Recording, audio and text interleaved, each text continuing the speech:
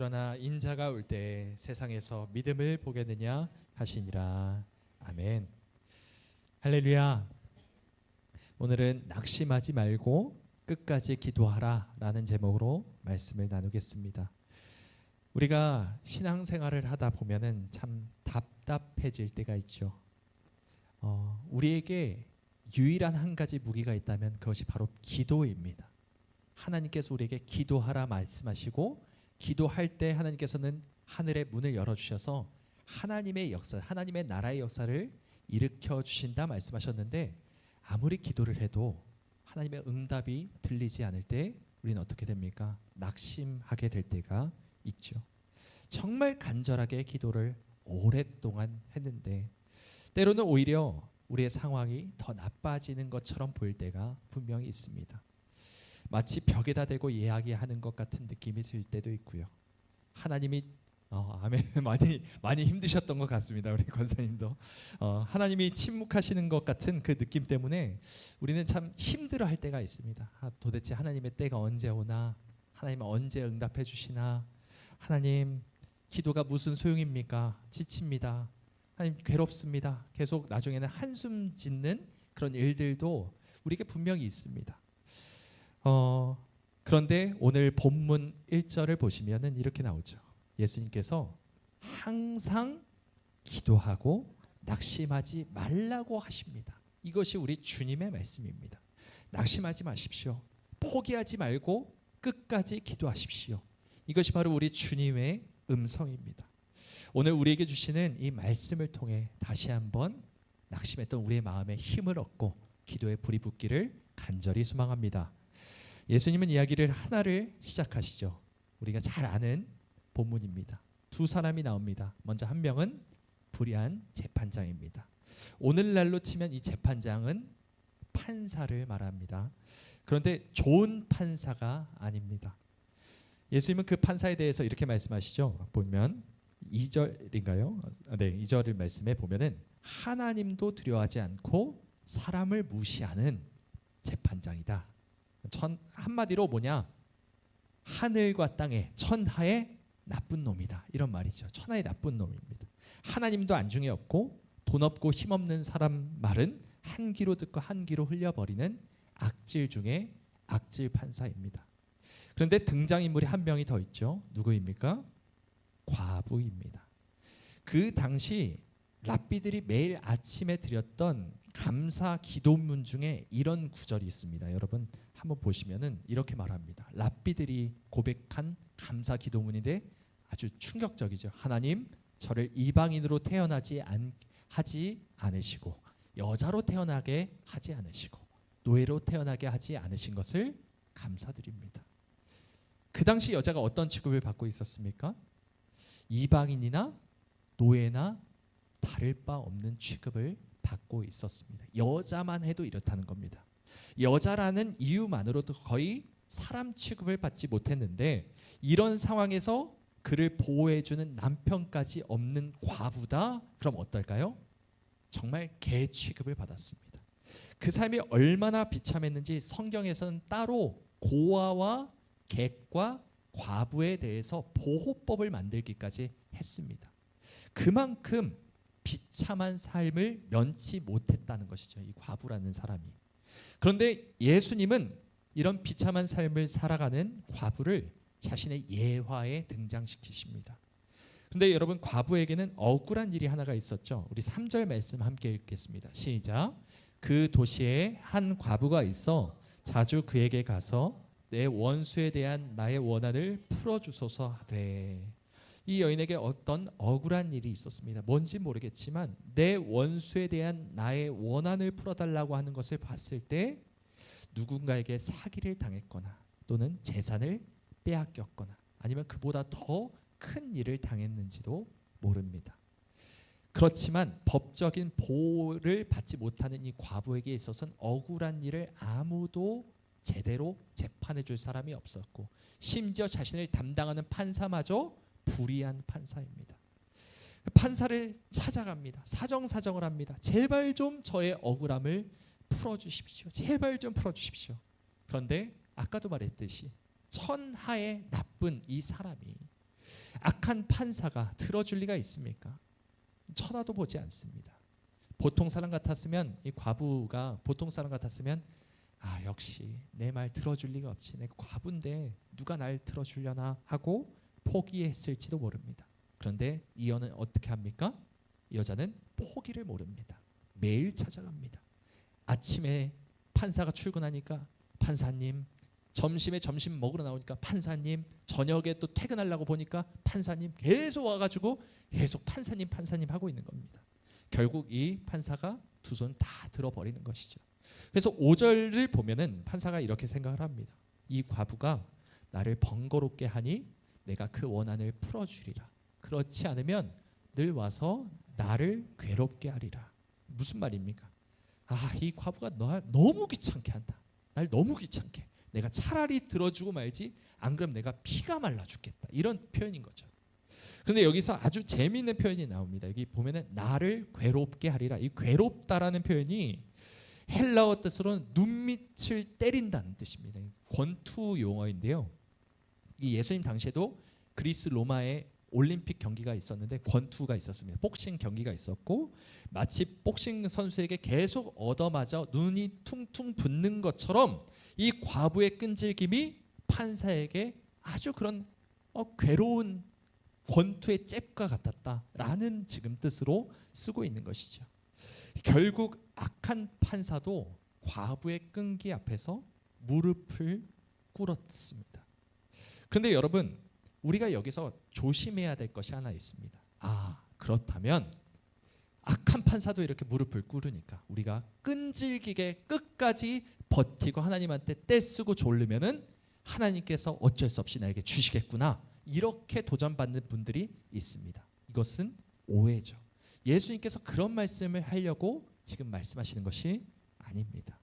하나님을 귀찮게 해야 들어주시는구나, 안 들어주시면 들어주실 때까지 떼쓰고 매달리면 언젠가 들어주시겠지, 끈질기게 버티자, 이 말을 하는 것이 아닙니다. 우리가 악을 쓰고 때를 써서 결국 하나님의 인색한 손에서 응답을 받아내라 라고 예수님께서 주신 말씀이 아닙니다.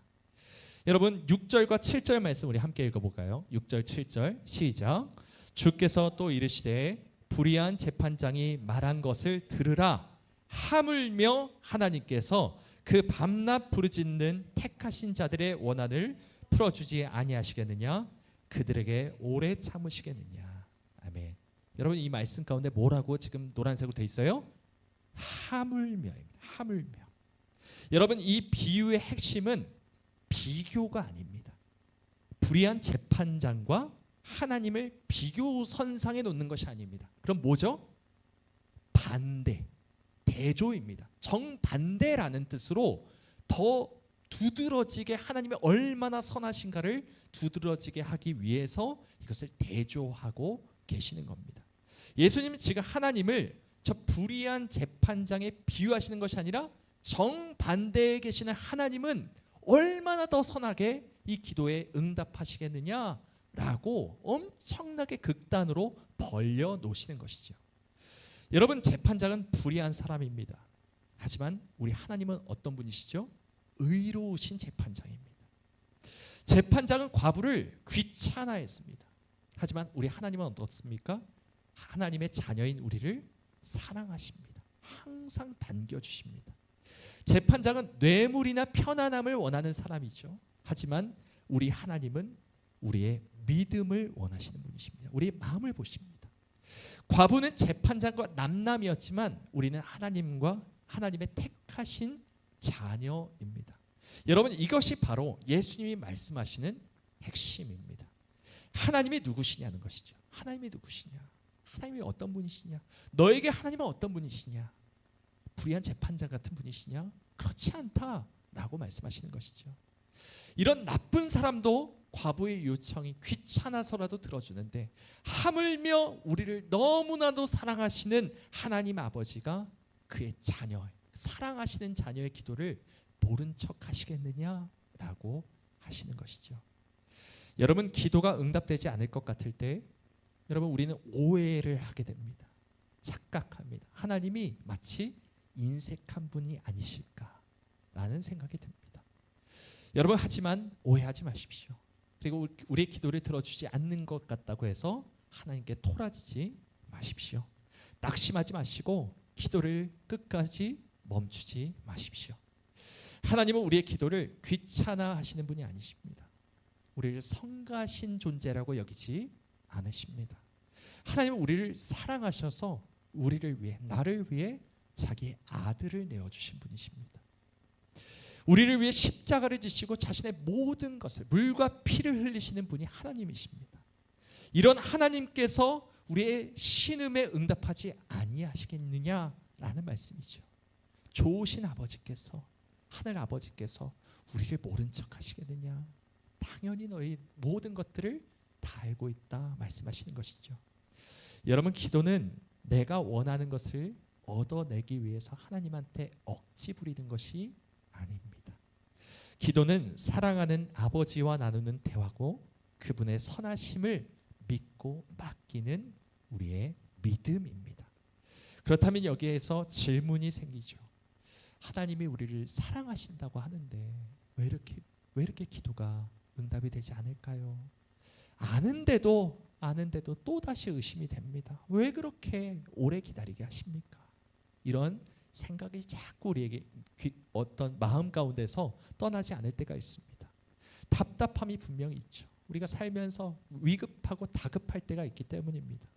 하지만 여러분, 기도의 응답이 늦어지는 이 시간은 곧 우리의 믿음이 성숙되는 시간이기도 합니다. 여러분, 유명한 예화가 하나 있죠. 어떤 사람이 나비가 고치에서 나오려는 것을 보고 있었습니다. 근데 너무 힘겨워해요. 끙끙하고 있는 것을 보면서 좀 측은지심이 듭니다. 그래서 나비를 도와주려고 고치를 가위로 살짝 잘라줘요. 그러면은 조금 덜 힘들겠지. 이 고통 몸부림에서 조금은 덜 아파하겠지, 괴로워하겠지 해서 아주 살짝 잘라줍니다. 그러니까 그 살짝 자른 그 틈을 헤집어서 나비가 어떻게 하죠? 나옵니다. 너무 손쉽게 나왔습니다. 기쁩니다. 이 사람, 야, 내가 도와줬구나 했는데 조금 지나지 않아 이 사람이 실수했다는 것을, 자기가 잘못됐다는 것을 깨닫게 되죠. 왜냐하면 그 나비가 잠깐 펄럭이더니 땅에 떨어지고 죽게 되었기 때문입니다. 고치를 뚫고 나오려고 끙끙대고 힘들어 할 때 날개로 혈액이 공급된다고 해요. 나비는. 그래서 나비의 날개가 튼튼해져서 날갯짓을 할 수 있을 만큼의 힘이 되게 만드는 하나님의 섭리가 있는데 이 과정을 완전히 뛰어넘어 버리니까 날 힘이 없어지고 죽게 되었다는 것입니다. 여러분, 우리의 기도 역시도 마찬가지라는 거죠. 기다림의 시간은 고통스럽습니다. 그 시간을 우리가 버티는 것이 어떻게 보면 나비가 고치에서 나오는 것처럼 몸부림을 치는 것처럼 느껴질 때가 있습니다. 하지만 이 기다림의 시간을 통해 우리는 하나님만 의지하는 법을 배우게 되고 우리의 믿음이 점점 더 자라서 결국에 우리의 믿음의 힘줄이 그 기다림의 시간 동안 더욱더 튼튼해지는 것을 우리가 믿게 된다는 것입니다. 여러분, 내 힘을 빼고 하나님의 능력을 의지하는 훈련의 시간이 바로 하나님의 응답과 우리의 기도와 하나님의 응답을 기다리는 그 공백의 시간이 바로 우리가 그때가 믿음이 성장하고 성숙하는 시간이라는 것이죠. 그래서 8절에 예수님께서 이렇게 말씀하십니다. 아주 무서운 말씀입니다. 8절 말씀 우리 함께 읽어볼까요? 시작.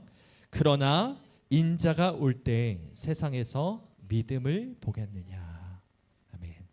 여러분, 이 말씀이 무슨 뜻입니까?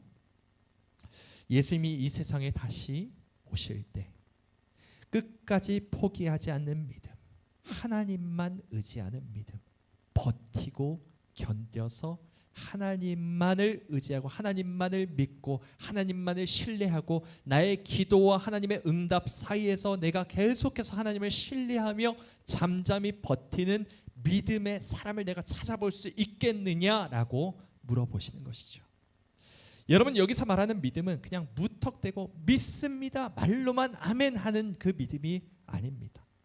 상황이 정말 최악과도 같아 보일 때, 아무런 응답이 없는 것처럼 보이는 그 상황 가운데서도 하나님은 이런 분이십니다. 하나님 나에게 좋으신 아버지이십니다. 하나님 의로우신 재판장이십니다. 하나님 선하신 분이십니다. 날 위해 아들까지 내어주시는 분이십니다. 그러니 내가 기도가 응답되지 않는다 할지라도 하나님의 어떤 분이신지를 내가 믿고 끝까지 견디겠습니다. 과부처럼 내가 버티겠습니다. 끊임없이 하나님의 자리로 나아가겠습니다. 이러한 믿음의 사람을 찾아볼 수 있겠느냐, 우리에게 반문하고 계시는 것이죠. 여러분, 우리가 믿음의 끈기가 있기를 간절히 바랍니다. 기도가 응답되지 않는 것 같은 낙심이 되는 그 상황 가운데서도 하나님, 제가 주님을 믿습니다. 하나님 의로우신 분인 줄 믿습니다. 날마다 우리 입술로, 우리의 마음으로 고백하는 믿음의 사람 되기를 간절히 축원드립니다. 여러분, 기도의 사람 하면 누가 떠오르십니까? 기도의 사람 많은 분들이 있겠죠. 그 중에 평생 5만 번 이상의 기도 응답을 받았다고 하는 조지 뮬러, 여러분 한 번쯤 들어보셨죠? 조지 뮬러에게 믿지 않는 친구 5명이 있었다고 합니다. 그런데 그가 친구들의 구원을 위해서 날마다 매일매일 그 사람들의 이름을 부르짖으며 기도를 합니다. 그래서 기도한 지 1년 반 만에 한 친구가, 5명 중에 1명의 친구가 예수님을 믿게 되었어요. 얼마나 기뻤을까요? 하나님 감사합니다. 저의 기도를 들어주셔서 감사합니다. 감사의 기도를 드렸습니다. 그리고 5년 뒤에, 그리고 그 시점에서 5년 뒤에 1명이 또 예수님을 믿게 됐습니다. 그리고 6년 뒤에 3번째 친구가 예수님을 믿습니다. 기도 응답을 5만 번 받은 사람답게 또 3명의 친구가 예수님께 나올 수 있도록 기도로 도왔던 것이죠. 그런데 나머지 2 친구는 예수님을 믿었을까요? 안 믿었을까요? 조지 뮬러가 죽을 때까지 예수님을 믿지 않았습니다. 조지 뮬러는 무려 52년 동안 그들을 위해서 기도했습니다. 이 2명, 남은 2명을 위해서 매일같이 이 2명을 위해서 기도했습니다. 그가 포기했을까요? 아닙니다. 죽을 때까지 기도했습니다. 놀랍게도 조지 뮬러가 세상을 떠난 바로 그 해에 4번째 친구가 예수님을 만납니다. 그리고 마지막 한 친구는 조지 뮬러의 장례식에서 그의 믿음의 감동에서 예수님을 믿게 되었다고 나중에 고백을 했다고 합니다. 그래서 조지 뮬러는 이렇게 말하죠. 우리 함께 읽어볼까요? 시작.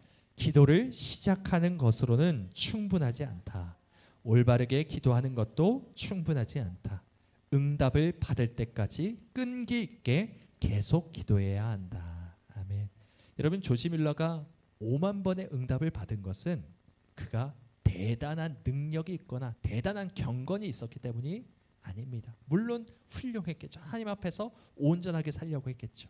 하지만 이 조지 뮬러의 응답의 비결은 응답 받을 때까지 기도했기 때문에 5만 번이라는 응답을 받았다고 자신은 고백을 합니다. 여러분, 혹시 기도하다가 지치셨나요? 저도 지칠 때가 있습니다. 하나님, 응답을 왜 안 주십니까? 하나님, 이렇게 간절하게 기도하고 있는데 하나님 왜 외면하시는 것 같죠? 라고 생각이 들 때도 저에게도 있습니다. 여러분에게도 있을 것입니다. 하나님의 모습이, 하나님의 얼굴이 보이지 않아서 믿음이 흔들릴 때도 있을 것입니다. 하지만 여러분, 오늘 주님이 하신 말씀, 끝까지 기도하고 낙심하지 말 것을 우리에게 말씀하시는 주님의 음성을 듣길 원합니다. 여러분, 하나님은 늦지 않으십니다. 지각하지 않으십니다. 하나님은 우리를 잊지 않으십니다. 우리를 귀찮아하지 않으십니다. 우리가 눈물을 흘리며 씨를 뿌리는 그 기도는 땅에 결코 떨어지지 않습니다. 그냥 없어지지 않습니다. 하나님의 가장 좋은 타이밍에 가장 좋은 방법으로, 가장 선한 방법으로 반드시 열매 맺을 것이고, 그것은 언젠간 반드시 30배, 60배, 100배의 결실을 맺을 줄 믿으시기 바랍니다. 여러분, 이번 한 주간 포기하고 싶었던 기도 제목이 있었습니까? 다시 한번 여러분 하나님 앞에 꺼내놓으십시오. 지쳐서 오랜 시간 내가 중단했던 그 기도의 제목들 다시 한번 생각해 보시며 주님 앞에 가져다 놓고, 주님, 제가 끝까지 기도하겠습니다. 주님의 때를 기다리겠습니다. 인자가 올 때 믿음을 보겠느냐 하실 때 제가 끝까지 과부처럼 끈질기게 하나님만 믿으며 버티며 견디며 하나님께 기도하겠습니다. 주님의 때를 기다리겠습니다. 우리가 날마다 주님 앞에 온전한 믿음을 올려드리는 우리 모두가 되길 간절히 소망합니다. 우리 함께 찬양하고 또 기도로 나아가겠습니다. 찬양하겠습니다.